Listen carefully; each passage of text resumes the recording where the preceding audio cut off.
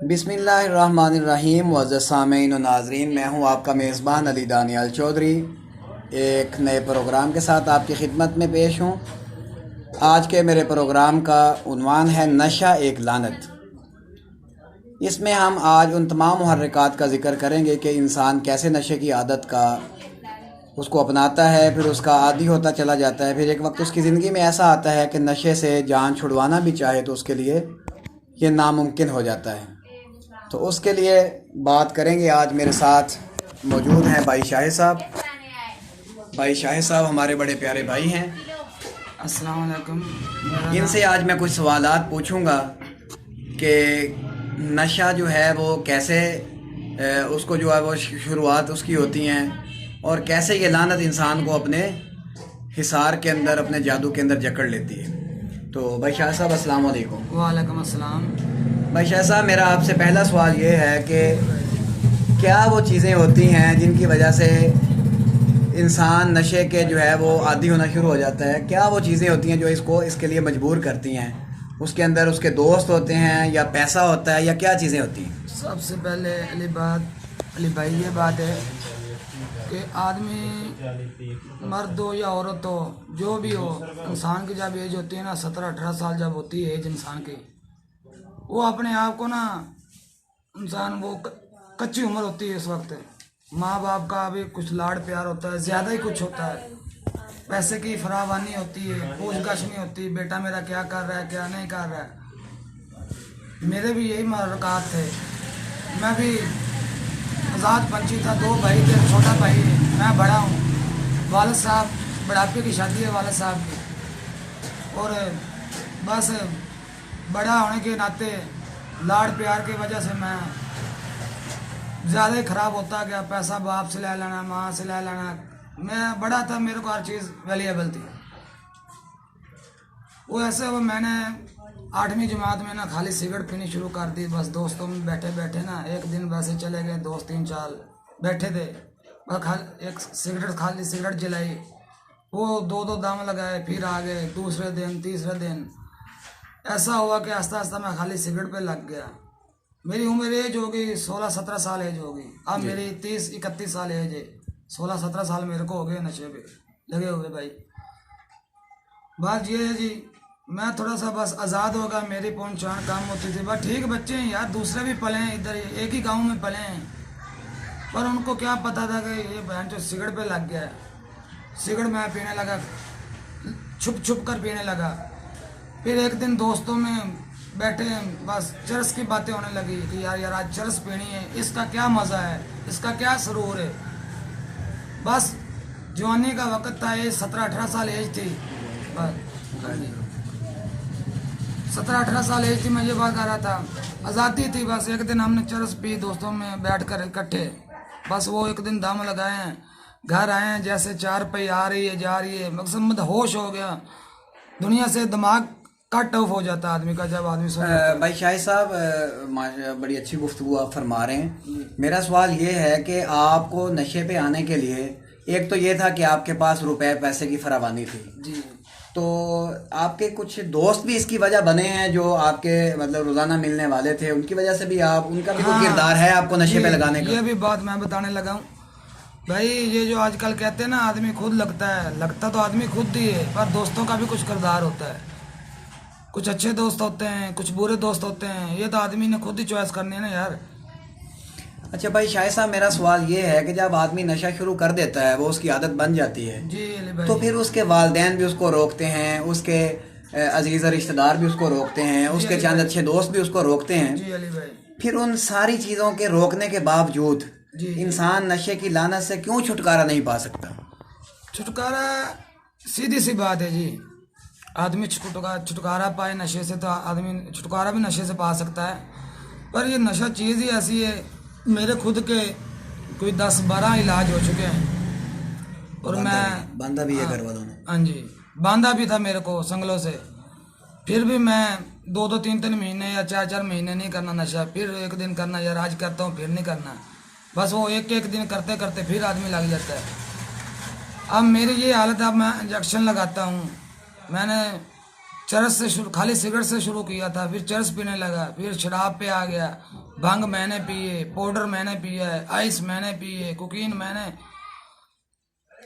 खाई है, सूंघी है। मैं क्या क्या नशे आपको गिनाऊं, मैंने कितने किए। भाई शाहिद साहब, आप इस सारे मराहिल से गुजरे हैं, ये सारे नशे आपने भाईजान किए हैं, जी। तो आप समझते हैं कि ये नशा एक बहुत बड़ी लानत है? दूसरों को क्या पैगाम देना चाहेंगे आप कि ये नशे से कैसे छुटकारा हासिल किया जाए, कैसे इससे बचा जाए? नशे से जी सबसे पहले तो इसका जो बेहतरीन हाल है ना, आदमी पहले दिल से सोचे और दिमाग से सोचे कि यार मैंने ये काम नहीं करना आज के बाद। आजकल हॉस्पिटल इलाज के लिए बहुत ज़्यादा अवेलेबल हैं हॉस्पिटल। आदमी चाहता है ना घर में छोड़े, यार घर में छोड़ना बहुत मुश्किल है, इसकी तकलीफ बहुत होती है। ये नशा ऐसे नहीं छोड़ा जाता। आदमी जो करता है या जो जिसने किया उसने छोड़ दिया, उसको पता उसकी हालत का।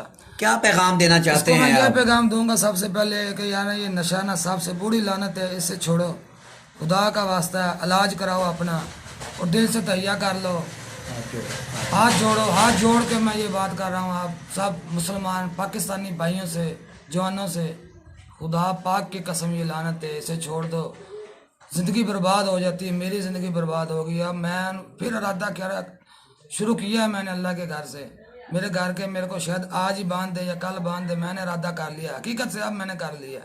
कुछ नहीं मेरे को मिला, उल्टा अपनी जान गंवाई है, पैसा गंवाया, बदनामी अलग मैंने कमाई है ना, कि चोरियां मैंने की है, छापर मैंने चुके हैं। मैंने कोई काम ऐसा नहीं किया जिससे मेरे को लानत ना मिली है। मेरे इंतहाई वाजिबुल एहतराम मोअज़्ज़ज़ सामीन, भाई शाहिद साहब का ताल्लुक़ एक ऐसी फैमिली से है जिनके पास अपना कारोबार, अपनी दुकानें, मार्केट के अंदर जनरल स्टोर्स, ट्रैक्टर ट्राले, माशाल्लाह अल्लाह का दिया सब कुछ था। लेकिन इस नशे की लानत पे आके आज बेशक आज भी अल्हम्दुलिल्लाह एक अच्छी ज़िंदगी गुजार रहे हैं, इनके बड़ों के साथ हमारा बड़ा ताल्लुक़ है। लेकिन नशे जैसी लानत से जब ये उसके आदी हुए हैं तो आप ख़ुद उसकी बातें उनकी सुन रहे हैं कि कैसे वो एक मुअज़्ज़ज़ शहरी होने के नाते नशे जैसी आदत का जब उन्होंने इसके आदी हुए हैं तो उसके बाद फिर कैसे मुआशरे में उनको डिग्रेड हुए, कैसे वो हर बुरे से बुरा काम करने के लिए भी तैयार हो गए अपने जैसे नशे की आदत को बुरा करने के लिए। तो मैं इनसे ये गुजारिश करूँगा कि इनके 2-3 दोस्त जो बड़े करीबी इनके साथ इसी लानत का शिकार थे, इसी नशे की वजह से उनकी मौत मतलब वाक़ई हो चुकी है, उनकी अमवात हो चुकी हैं और उनके जवानी के अंदर अब उनके घर वालों का क्या हाल है उसका अंदाज़ा हम आप लगा सकते हैं। तो ये मेरी आज इस इशू को उठाने का मकसद ये था कि खुदारा हम अपनी नस्लों की हिफाजत करें। हमारे गिरदो नवाह में ऐसे लोग जो इन चीज़ों को बेच रहे हैं और पैसे की हवस और पैसे की हिरस की वजह से जिन्होंने इस चीज़ को अपना ओढ़ना बिछौना बनाया हुआ है और मुसलमानों के बच्चों को, पाकिस्तानियों को इस लानत का आदी बनाकर वो कौन सी अल्लाह के यहाँ से खैर हासिल करना चाहते हैं। तो मैं इसके ज़रिए से, अपनी इस वीडियो के ज़रिए से ये पैगाम देना चाहता हूँ कि खुदारा हम इसके ख़िलाफ़ उठ खड़े हों, मुत्तहिद होकर इसके ख़िलाफ़। जहाँ भी हमें कोई ऐसा आदमी नज़र आए हमारे गिरदोनवा में जो इस लानत को बेच रहा हो, नशे को बेचता हो, तो ज़रूर हम उसकी मुतलका हुकाम के साथ जो है वो उसकी बात को उठाएँ और अपने तय अपने मुआशरे के चंद मुअज़्ज़ज़ अफराद को अपने साथ मिलाकर उनके सामने जाके उस बात को रखा जाए। बेशक हमें उनको अपने गांव से, अपने मोहल्लों से उनको बेदखल क्यों ना करना पड़े, तो उन चीज़ों को हम ख़त्म करने के लिए कमर बस्ता हो जाएं। तो इंशाअल्लाह ताला मुझे कभी उम्मीद है कि इस नशा की लानत के ऊपर हम काबू पा सकते हैं।